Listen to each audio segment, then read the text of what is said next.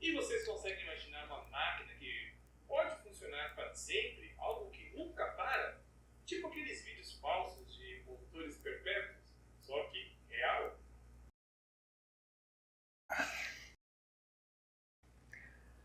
Precisamos falar sobre a forma como falamos sobre ciência no Brasil. A comunicação científica é um assunto que é muito precioso para mim. E justamente por isso que a Renata e eu criamos esse espaço, o Ciemplifica.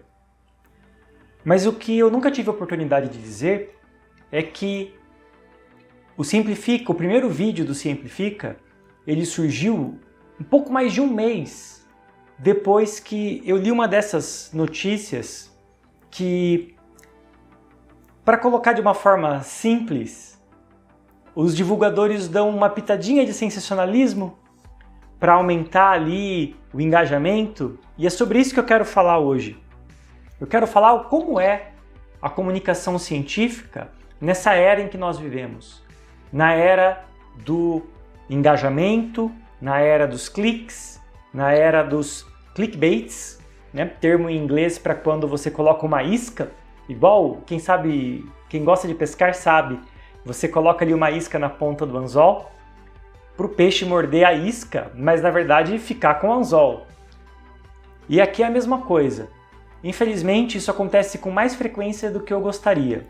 Se você me der alguns minutinhos do seu tempo, deixa eu te contar como surgiu a ideia do Ciemplifica e por que eu estou fazendo esse vídeo hoje, tanto tempo depois de não ter postado nenhum vídeo. Lá atrás, em 2020, eu me lembro muito bem de uma notícia que dizia algo mais ou menos nesses termos. Bastam 3 buracos negros para quebrar a simetria temporal do universo. Eu não vou entrar em detalhes hoje sobre o que é a simetria temporal do universo e como que 3 buracos negros poderiam quebrar essa simetria, mas só para explicar o que vai acontecer, basta dizer o seguinte: era um trabalho de simulação que dizia que tinha encontrado, ou pelo menos a mídia dizia, que tinha provado que a relatividade de Einstein estava dizendo que o tempo, ou que as leis da gravidade eram diferentes quando olhando o tempo do passado para o futuro ou do futuro para o passado. É um conceito bastante complexo para abordar num vídeo curto como esse, mas o ponto é que o artigo não era sobre isso. Embora todos os títulos de todas as notícias e todos os thumbnails e tudo que aparecia no Google News, tudo falasse com esses termos, de que um trabalho havia mostrado que buracos negros eram capazes de violar a direção do tempo, por assim dizer, o trabalho não era sobre isso. O trabalho era sobre como que sistemas dinâmicos que exibem a propriedade do caos, são sistemas caóticos, são aqueles sistemas com pelo menos 3 ou mais corpos. Estes sistemas, quando eles evoluem no tempo, a sua imprevisibilidade acaba por apagar a informação da configuração inicial daquele sistema. Em outras palavras, qualquer sistema de 3 corpos, seja aqui entre nós, corpos como automóveis, ou átomos, ou buracos negros, dado um tempo suficientemente grande, você não consegue reconstruir a história dele, porque os efeitos do caos simplesmente tornaram isso impossível. Isso era o trabalho, este era o resultado.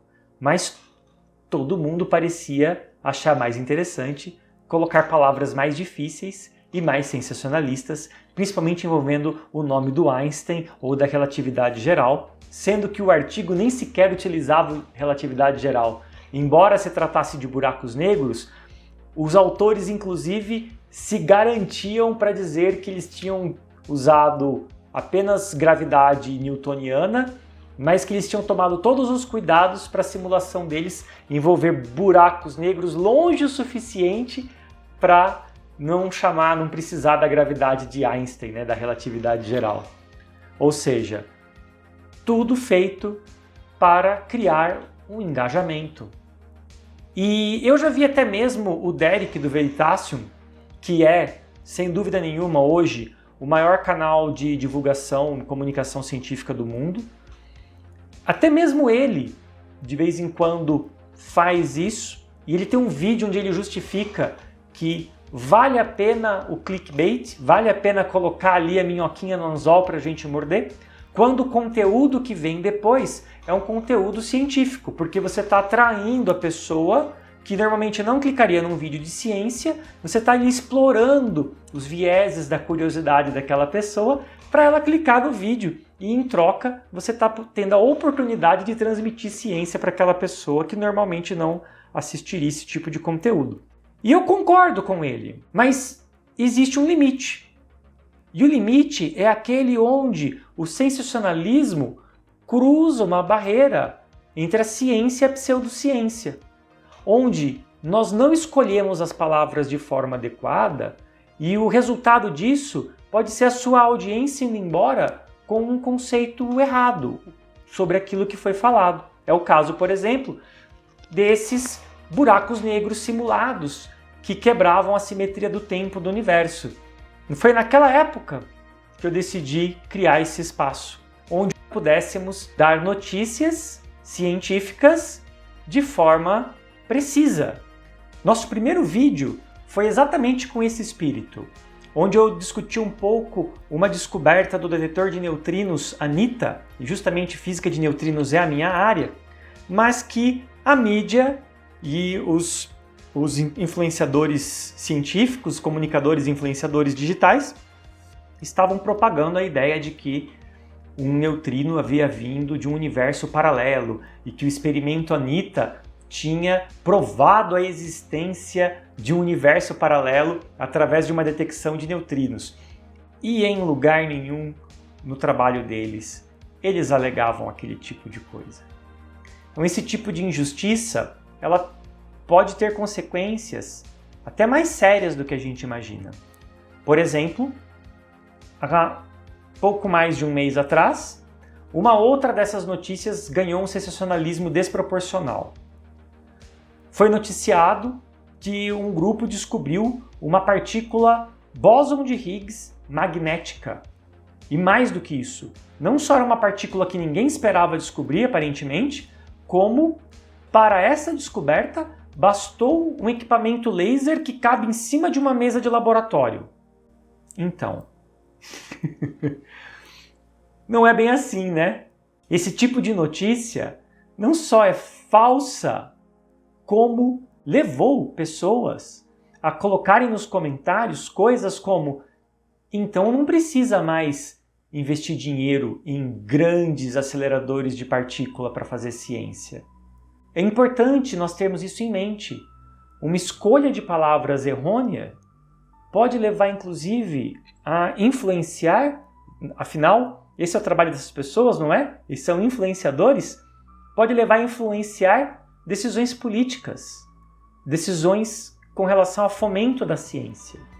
Bom, sinto informar que o que foi descoberto, apesar de ser uma descoberta interessantíssima, não era um bóson de Higgs. O que era então? Pesquisadores descobriram em um cristal contendo telúrio e mais alguns outros metais ligantes que algumas configurações dos elétrons desse metal se comportavam como uma partícula do tipo bóson e que esse comportamento pode ser explicado através de uma quebra de simetria, que é exatamente o mecanismo proposto pelo Peter Higgs e seus outros colegas, né, o François Englert e o Robert Brout. Eu sei, vocês provavelmente não ouviram falar nesses outros dois nomes. Todo mundo fala apenas bóson de Higgs, o que é uma grande injustiça.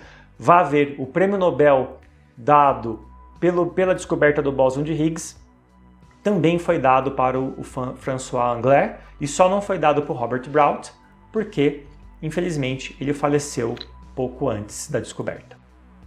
Voltando ao bóson de Higgs magnético, a notícia dizia que um equipamento, uma montagem óptica de laser que cabe numa mesa, havia descoberto então essa partícula com um modo como se fosse uma partícula de Higgs.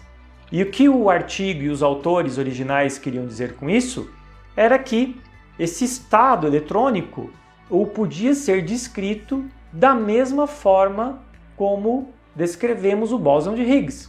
Mas o bóson de Higgs, ele é uma partícula fundamental na natureza, que contribui para que algumas outras partículas tenham massa.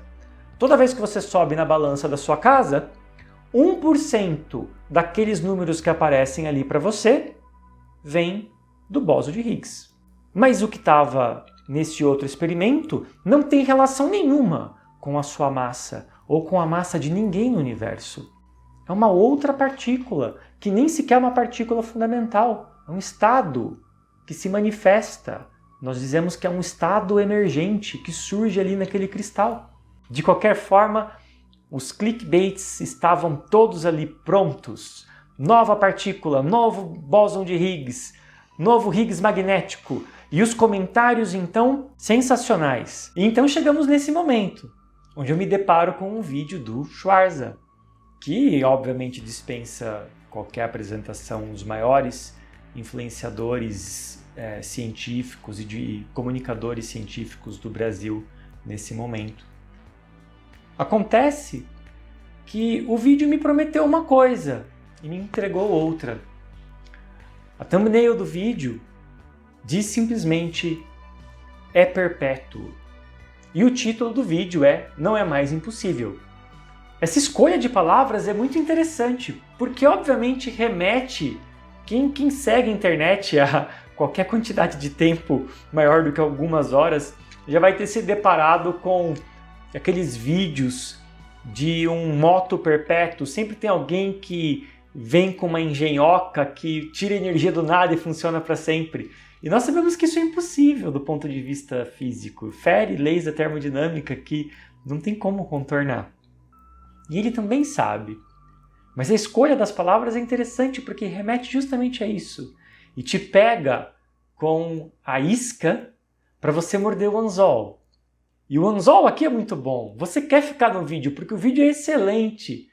De forma alguma o que eu quero dizer aqui tem alguma intenção de diminuir o trabalho que o Schwarza faz. De forma alguma. O vídeo dele é ótimo. Todas as explicações são na medida certa, são precisas, são objetivas. Quem sou eu para avaliar o conteúdo dele nesse momento? A grande questão é que no próprio vídeo ele explica que esse resultado não tem nada a ver com o moto perpétuo. E o que é esse resultado então? O que é para sempre que ele quer dizer? Na verdade, é um resultado interessantíssimo, um próximo passo no laser de matéria, onde ao invés de você mandar fótons, partículas de luz, num laser, você envia átomos.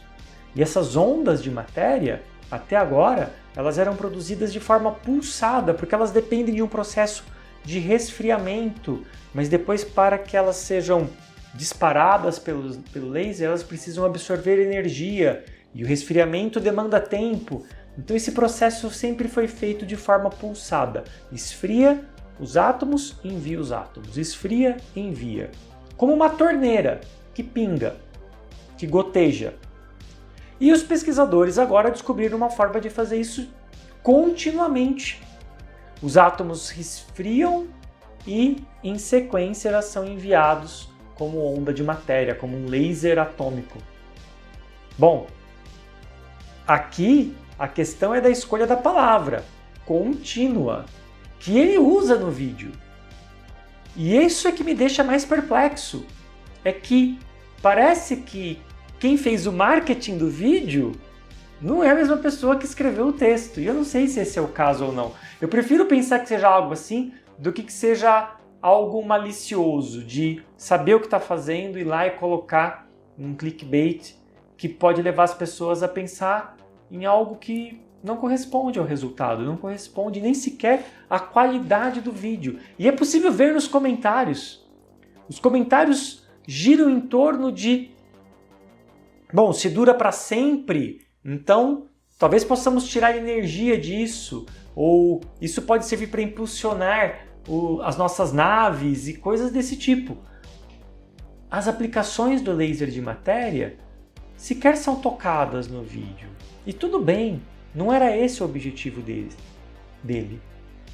Mas a grande pergunta é, o que a sua audiência vai levar para casa quando esse momento do engajamento terminar? Ela vai se lembrar da parte onde você disse que isso aqui não é um moto perpétuo e que esse resultado não valida todos aqueles vídeos insanos que você viu por aí de máquinas que tiram energia do nada? Ou elas vão se lembrar que agora a ciência é capaz de fazer um laser que nunca desliga, que funciona para sempre? E que, de acordo com alguns comentários que provavelmente não viram o vídeo, provavelmente são aqueles que simplesmente viram a thumbnail, viram o título e já foram direto para os comentários. Eu sei que essas pessoas existem, vocês estão aí, vocês sabem quem é você. Mas essas pessoas vão lá e escrevem coisas do tipo: essa é a solução para a energia do mundo. E não é.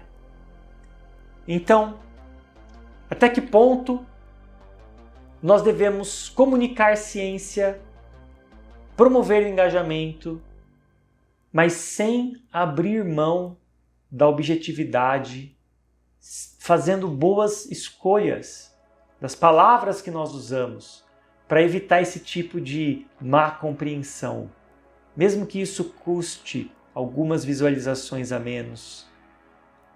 Eu acho que, como o Derek disse do Veritasium, colocar ali o clickbait que seja honesto, que seja sensacionalista, mas que seja verídico para atrair aquela pessoa que não clicaria, é válido. Fazer o clickbait que remete a ideias pseudocientíficas, eu acho que não. E se você assistiu até aqui, quer dizer que esse vídeo pelo menos te entreteve. Se você também achou que ele é informativo, não hesite em voltar e passar mais tempo com a gente. Esse foi o Simplifica.